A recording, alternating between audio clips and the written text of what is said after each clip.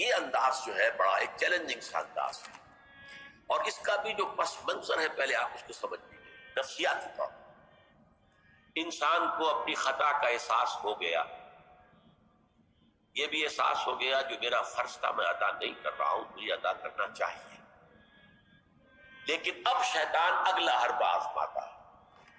دیکھو ابھی فلاں کام پڑا ہے، ابھی فلاں کام ہے، ابھی بیٹیوں کے ہاتھ گیلے کرنے ہیں، ابھی یہ کرنا ہے، ابھی بچے تمہارے چھوٹے ہیں، ابھی تمہارے بیٹوں کی تعلیم کا مرحلہ ہے، میاں ہو جانا ٹھیک، بعد میں سارے تقاضے مطالبے پورے کر لینا، پہلے یہ ذمہ داریاں تو پوری کرو۔ یہ حقوق العباد ہے بھائی، حقوق اللہ سے بڑھ کر ہے، یہ حقوق العباد ہے، اس کے لیے لگے رہو، پوری اپنی توانائیاں قوتیں صرف کرو، مال بناؤ، پیسہ کماؤ، تاکہ یہ ساری ذمہ داریاں ادا ہوتے رہنا۔ بعد میں ٹھیک ہے ذرا فراغت حاصل ہو جا، پھر تم سب اپنے آپ کو، اپنی پوری توانائیوں کو، اپنے پورے وقت کو اللہ کے لیے لگا دینا۔ یہ ہے تاخیر اور تعویق، اس کا حربہ شیطان کا، یہ سب سے بڑا۔ کر لیں گے بھائی، کر لیں گے، کوئی نہیں، ابھی ذرا جلدی نہیں، ابھی فلاں کام ہے، فلاں فرائض ہے، فلاں ذمہ داریاں ہیں، ذرا ان سے نمٹ لوں، اور اگر میں ریٹائر ہو جاؤں سروس سے تو پھر میں سارا اپنے آپ کو لگا دوں۔ وہ ریٹائرمنٹ کرتے ہیں اس وقت جب آپ کے اندر رہتا ہی کچھ نہیں، اگر آپ کے اندر کچھ رہ جائے تو وہ چھوڑیں گے آپ کو، وہ ساری توانائیاں تو گئی، اب تو آپ کھوکھلا ایک ڈھانچہ لیے پھر رہے ہیں، آپ کے اندر صلاحیت اور قوت کہاں ہے اب؟ لہٰذا یہ سارے دھوکے شیطان کے ہیں۔ اس میں ایک چیلنجنگ انداز میں علم یعنی وقت آیا نہیں ہے ابھی اہل ایمان کے لیے کس چیز کا انتظار کر رہا ہے؟ جو جیسے ہی خیال ہو جائے کہ واقعی یہ فرض ہے، فوراً لبیک کہو۔ تم نے اگر کسی بھی پہلو سے تاخیر اور تعویق کا راستہ اختیار کیا تو یہ شیطان کے پندے میں گرفتار ہونے کا وہ راستہ ہے اصل، وہ شیطان پھر چھوڑے گا نہیں، پھر وہ اسے آپ کو اپنے فتراک کا نخچیر بنا لے گا، اپنے تھیلے میں شکار کی حیثیت سے، جیسے کہ آپ تیتر مار کے تھیلے میں ڈال لیتے ہیں شکار کر کے، اس کے فتراک کے نخچیر بن کر رہ جاؤ گے، پھر آگے نکل نہیں سکتے۔ یہ تاخیر اور تعویق جو ہے، یہی ہوا تھا غزوہ تبوک میں حضرت کعب ابن مالک رضی اللہ تعالیٰ عنہ نے، وہ بھی ان 3 صحابہ میں سے تھے جو سچے صادق الایمان صحابہ تھے، لیکن غزوہ تبوک میں نہیں گئے۔ حضور نے واپس آ کے جو لوگ نہیں گئے تھے ان سے جواب طلبی کی، لہذا منافقین تو آئے، اللہ کی قسم ہے، خدا کی قسم ہے یا رسول اللہ، میں اللہ کو گواہ کر کے کہتا ہوں یہ تھا یہ تھا یہ تھا، یہ سبب تھا، میں نہیں جا سکتا۔ حضور فرماتے تھے مسکراتے تھے، جائیے تشریف لے جاؤ، کوئی پکڑ نہیں۔ یہ آئے جب کعب ابن مالک، تو حضور کے چہرے پر مسکراہٹ تھی، تنزیہ مسکراہٹ۔ آپ فرمائیے آپ کیوں نہیں گئے، کیوں نہیں گئے تھے ہمارے ساتھ؟ عرض کیا حضور میرے پاس بھی زبان ہے، میں بھی جھوٹ بول سکتا ہوں، لیکن آج میں جھوٹ بول کر آپ کی گرفت سے، آپ کی سرزنش سے اپنے آپ کو بچا دوں گا، لیکن قیامت میں کیا کروں؟ خدا کی قسم جتنا صحت مند میں اس زمانے میں تھا اتنا صحت مند کبھی نہیں رہا، یعنی کوئی بیماری مجھے آج نہیں لاحق ہوئی، اور جتنا فارغ البال میں اس زمانے میں تھا، ہر چیز میرے پاس تھی، اتنا فارغ البال میں کبھی نہیں رہا، لیکن حضور میرے نفس نے مجھے پٹی پڑھائی کہ حضور تو جائیں گے نا 30,000 کا لشکر لے کر، اس کی کوئی خاص رفتار ہوتی ہے، تیز رفتاری سے تو نہیں جا سکتا، اور تمہارے پاس ہے بڑی مضبوط تکڑی اونٹنی ہے، تمہارے جو ناقہ ہے تمہاری وہ تو بہت جو ہے قوت والی ہے، لہٰذا ابھی 2-3 دن چلنے دو لشکر کو، پھر تیزی کے ساتھ دوڑا کر اپنی اونٹنی کو جا کے مل جانا۔ ہر روز صبح مجھے یہی نفس جو ہے پٹی پڑھاتا رہا کہ اچانک ایک دن میں نے محسوس کیا کہ اب تو چاہے میں کتنا ہی تیز دوڑ لوں آپ کے ساتھ نہیں مل سکتا، بس میں رہ گیا بیٹھ، اب جو صدا دوں۔ یہ ہے تاخیر و تعویق، انہیں سزا دی گئی، مقاطعہ، کوئی شخص اس سے بات نہ کرے۔ 3 صحابہ کا معاملہ ہے، یہ سورہ توبہ کے اندر تفصیل سے آیا اور صحیح بخاری کی طویل ترین احادیث میں سے پڑھنے کے قابل کہ انہوں نے کیسے بیان کیا اپنے پورے معاملے۔ یہ نفس کیسے دھوکہ دیتا؟ ابھی چند دن اور مدینے کے اندر اپنے نخلستان کی ٹھنڈی چھاؤں کے اندر آرام کر لو، چند دن اور بھائی جانا ہے، بہت دور جانا ہے، تبوک جانا ہے، کوئی یہ 2 دن میں تو نہیں پہنچ جائے گے حضور، پھر دوڑ کر پکڑ لینا، ساتھ چل مل جانا۔ یہ دھوکہ شیطان کا، یہ دھوکہ نفس کا، یہ ہے الم یأن للذین آمنوا ان تخشع قلوبهم لذکر اللہ وما نزل من الحق۔ یہ سب کچھ تم نے 15 آیتیں اگر سورہ حدید کی پڑھ کر بھی تم نے اپنی گردن نیچے کر کے اپنے دل کو نہیں ٹٹولا تو اور کون سی ہدایت آئے گی، کہاں سے آئے گی؟ 15 آیتیں سورہ حدید کی پڑھ کر بھی تو کیا ابھی وقت نہیں آیا اہل ایمان کے لیے؟ کس کا انتظار، کس چیز کا انتظار؟ الم یعن للذین آمنوا ان تخشع قلوبهم لذکر اللہ وما نزل من الحق۔ کیا وقت آنے گیا اہل ایمان کے لیے کہ ان کے دل جھک جائیں اللہ کی یاد میں، اور جو کچھ حق میں سے نازل ہوا، ما نزل من الحق، یہ پورا قرآن الحق، اس میں سے جو یہ آیات نازل ہوئی ہیں یہ تم نے ابھی سن لی ہے، پڑھ لی ہیں، اس کے سامنے بھی دل نہیں جھکیں گے تو کب جھکیں گے؟ اس پر بھی اگر دل نہیں پگھلے تو کب پگھلے گے؟ اس پر بھی اگر دل میں کوئی عزم اور ارادہ پیدا نہ ہوا کہ اپنی جان لگا دینی ہے، کھپا دینی ہے، ان صلاتی و نسکی و محیایا و مماتی للہ رب العالمین، اس پر بھی نہیں ہوا تو کب ہوگا؟ اور کون سی ہدایت آئے؟ فَبِأَيِّ حَدِيثٍ بَعْدَهُ يُؤْمِنُونَ، اس قرآن کے بعد اور کون سی چیز کے یہ منتظر ہے جس پر یہ ایمان لائیں گے؟ الم یعن للذین آمنوا ان تخشع قلوبهم لذکر اللہ وما نزل من الحق۔ اور جیسا کہ میں نے تمہیدی جو میرا بیان تھا ان صورتوں کے بارے میں، اس میں عرض کیا تھا، ان میں اہل کتاب سے خطاب نہیں ہے، اہل کتاب کو نشان عبرت کے طور پر پیش کیا گیا۔ دیکھو مسلمانوں، تم سے پہلے بھی ایک امت تھی، معمولی امت نہیں تھی، وہ امت جسے قرآن سند دے رہا ہے 2 دفعہ سورہ بقرہ کے اندر صرف، یا بنی اسرائیل اذکروا نعمتی التی انعمت علیکم وانی فضلتکم علی العالمین، اے بنی اسرائیل یاد کرو میرے اس احسان کو جو تم پر ہوا، میں نے تمہیں تمام جہان والوں پر فضیلت دی تھی۔ وہ قوم، وہ امت موسیٰ، اس امت کو کتنی کتابیں دی گئی، تورات انہیں دی گئی، زبور انہیں دی گئی، انجیل انہیں دی گئی، امت تو ایک ہی ہے یہ۔ حضرت مریم اسرائیلی نہیں تھی کیا؟ تو چاہے باپ حضرت عیسیٰ کا کوئی نہیں ہے لیکن وہ حضرت مریم کے بیٹے ہیں، اسرائیلی، یہ اسرائیلی نبوت ہے جو چلی آ رہی ہے، حضرت موسیٰ اور ہارون سے شروع ہوئی ہے 1400 برس قبل، اور حضرت عیسیٰ اور یحییٰ پر آ کر ختم ہوئی ہے یہ سلسلہ نبوت کا۔ سینکڑوں نبی آ گئے 1400 برس میں، تو آپ اندازہ کیجئے اتنی بڑی امت، لیکن اس کا حال کیا ہوا؟ وَلَا يَكُونُوا، دیکھو نہ ہو جائیں یہ اہل ایمان بھی كَالَّذِينَ أُوتُوا الْكِتَابَ مِن قَبْلُ، ان لوگوں کے مانند جن کو کہ کتاب دی گئی تھی ان سے پہلے، فَطَالَ عَلَيْهِمُ الْأَمَدُ، تو جب ان پر ایک طویل مدت گزر گئی، فَقَسَتْ قُلُوبُهُمْ، تو ان کے دل سخت ہو گئے۔ اس کا نقشہ کھینچا گیا ہے سورہ بقرہ میں، ثم قست قلوبکم فہی کالحجارۃ او اشد قسوہ، دیکھو اے بنی اسرائیل، اے یہودیوں، اس کے بعد تمہارے دل سخت ہوتے چلے، بدکاری سے، غلط کاری سے، دنیا پرستی سے، شہوت رانی سے، سرپرستی سے دل سخت ہوتے چلے جاتے۔ حضور نے فرمایا جب انسان ایک گناہ کرتا ہے دل کے اوپر ایک داغ پڑتا ہے، اگر توبہ کرے گا تو صاف ہو جائے گا، توبہ نہیں کرے گا پھر گناہ کرے گا، پھر داغ پڑے گا، پھر پڑے گا، پھر داغ پڑے گا، پھر یہاں تک کہ پورا دل سیاہ ہو جاتا ہے۔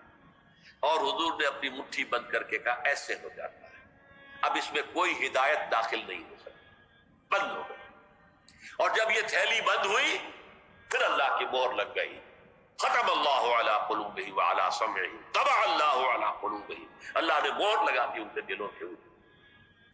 یہ مرحلہ آتا ہے کہ جب کہ فرمایا اب تمہارے دل پتھروں کے مانند، بلکہ او اشد قسوہ، پتھروں سے بھی زیادہ، فَإِنَّ مِنَ الْحِجَارَةِ لَمَا يَتَفَجَّرُ مِنْهُ الْأَنْهَارُ، پتھر تو ایسے بھی ہوتے ہیں جن میں سے چشمے پھوٹ بہتے ہیں.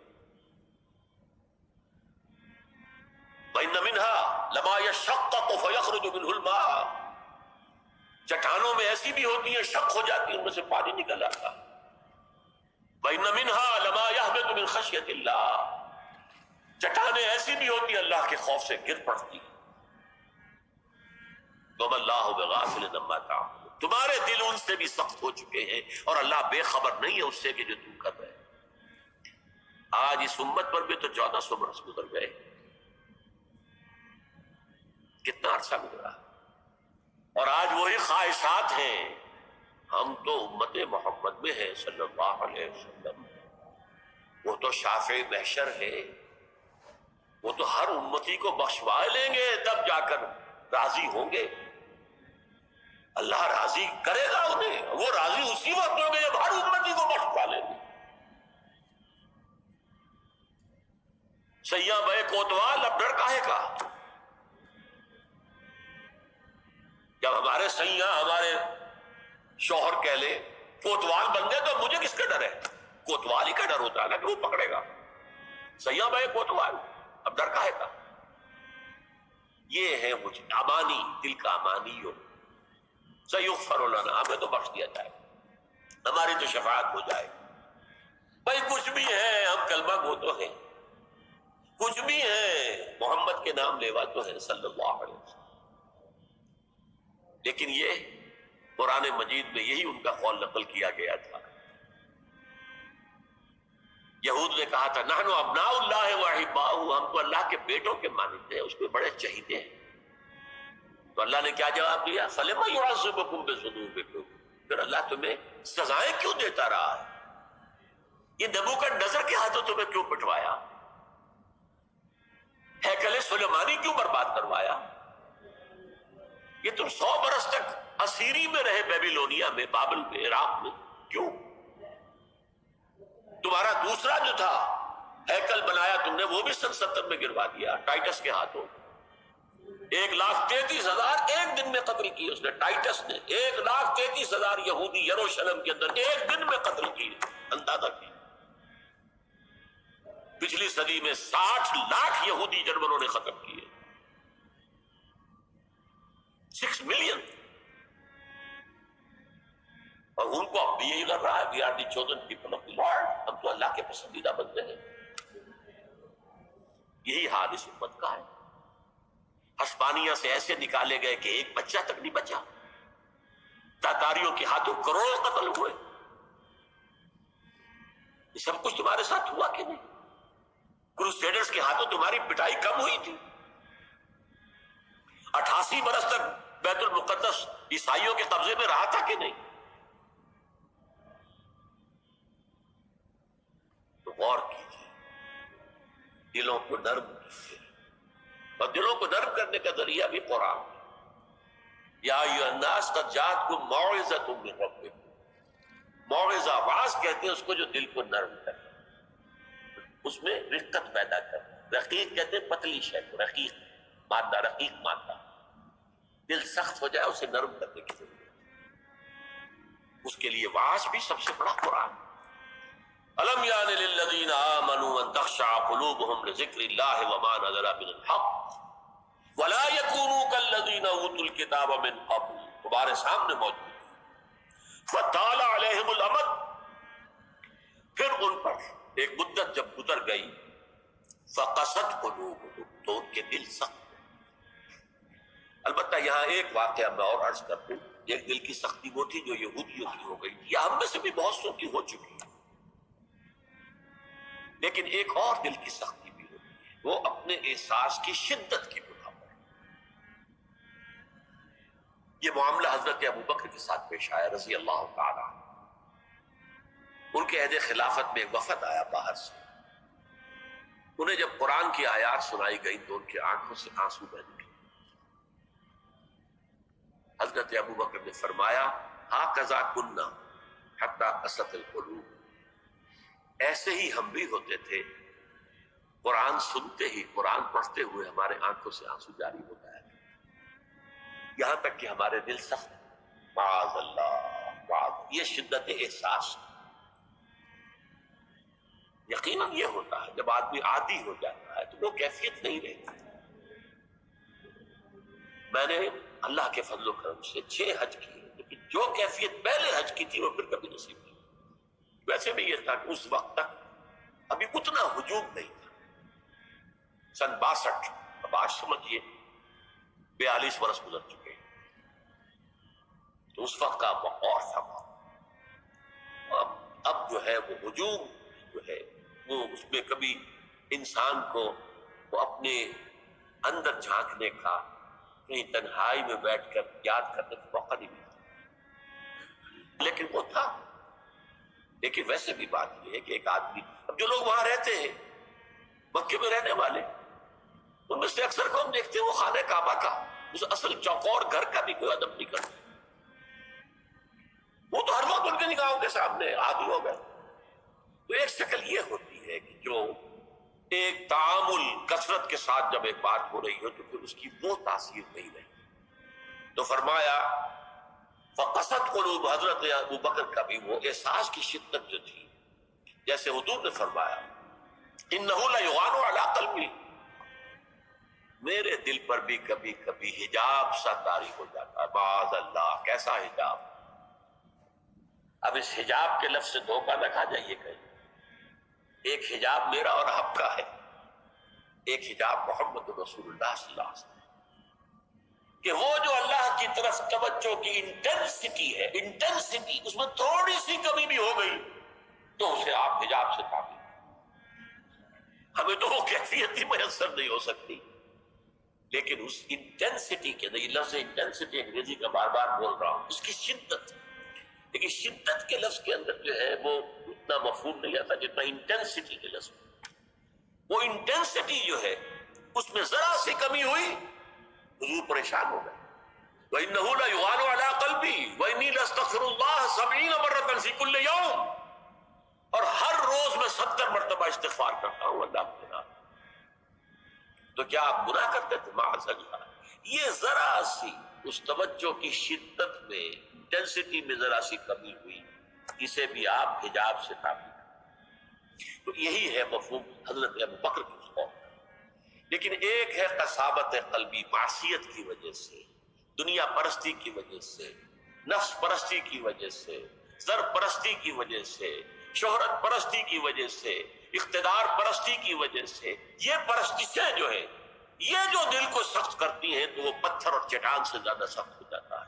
ثم قست قلوبکم فہی کالحجارۃ او اشد قسوۃ وإن من الحجارة لما يتفجر منه الأنهار وإن منها لما يشقق فيخرج منه الماء وإن منها لما يهبط من خشية الله وما الله غافل عما تعملون وكثير منهم فاسقون۔ اب ان میں سے اکثریت جو ہے وہ فاسقوں اور فاجروں پر مشتمل ہے۔ کیا یہی کیفیت آج کی مسلمان امت کی نہیں؟ کیا عظیم اکثریت فساق و فجار پر مشتمل نہیں؟ کیا عظیم اکثریت حرام خور نہیں ہے؟ کیا عظیم اکثریت جھوٹی نہیں ہے؟ نفاق کی تینوں علامتیں، اذا حدث کذب واذا وعد اخلف واذا اؤتمن خان۔ حضور نے فرمایا منافق کی 3 نشانیاں ہیں، جب بولے جھوٹ بولے، وعدہ کرے خلاف ورزی کرے، امین بنایا جائے، امانت رکھوائی جائے، خیانت کرے۔ یہ الفاظ ہیں بخاری شریف کے بھی اور مسلم شریف کے، اور مسلم شریف میں اضافی الفاظ ہیں وَلَوْ صَامَ وَصَلَّى وَزَعَمَ أَنَّهُ مُسْلِمٌ۔ خواہ ایسا شخص روزہ رکھتا ہو، نماز پڑھتا ہو، اپنے آپ کو مسلمان سمجھتا ہو، لیکن منافق ہے۔ یہی جو میں نے شروع میں آج بات کہی تھی، ایک نفاق ہے شعوری، ایک غیر شعوری۔ وہ منافق سمجھتے تھے ہم عقل مند ہیں، یہ بے وقوف ہے۔ وَإِذَا قِيلَ لَهُمْ آمِنُوا كَمَا آمَنَ النَّاسُ قَالُوا أَنُؤْمِنُ كَمَا آمَنَ السُّفَهَاءُ۔ جب ان سے کہا جاتا بھلے لوگوں، جیسے اور لوگ ایمان لائے ویسے ایمان لاؤ، جیسے وہ اللہ کی پکار پر لبیک کہنے کو ہر وقت تیار رہتے ہیں، کہتے ہیں ہم ان بے وقوفوں کی طرح ایمان لائیں، یہ تو پاگل ہیں، بے وقوف ہیں، فینیٹکس ہیں۔ فنڈامنٹلسٹ ہے، ایکسٹریمسٹ ہے. ہم تو ماڈریٹ اور بڑا روشن خیال اسلام ہے اس کے قائد تھے. جب ان سے کہتا تھا فساد مت مچاؤ، کہتے تھے ہم تو مسلم ہیں بھائی، ہم تو چاہتے ہیں صلح. یہ محمد ہے صلی اللہ علیہ وسلم جنہوں نے یہ جنگ کا بازار گرم کر دیا. کیا ضرورت تھی؟ مکے میں 13 برس تبلیغ کرتے رہے، کوئی ہاتھ نہیں اٹھایا، یہی پروسیس جاری رہتا. خامخواہ یہ جنگ کا سلسلہ شروع کر دیا، کیا فائدہ؟ یہ بھی کہا جا سکتا ہے جس دشمن کو گڑ دے کر مارا جا سکتا ہے اسے زہر کا تو دینا ہے. بھائی تمہاری تعلیم اتنی اعلیٰ ہے، اتنی عمدہ ہے، فطرت کے مطابق ہے، پھیلاؤ. لیکن محمد کی سنت کچھ اور ہے، اسوہ محمد کی کچھ اور ہے صلی اللہ علیہ وسلم. اس کے لیے منہج انقلاب نبوی میری کتاب کا مطالعہ کیا، تب پتہ چلے گا انقلاب کسے کہتے ہیں. اور یہ رسول انقلاب تھے صلی اللہ علیہ وسلم. بہرحال کثیر منہم فاسقون، جو بات کہی گئی ان اہل کتاب کے لیے اس وقت، آج وہ ہم پر راست آ گئی.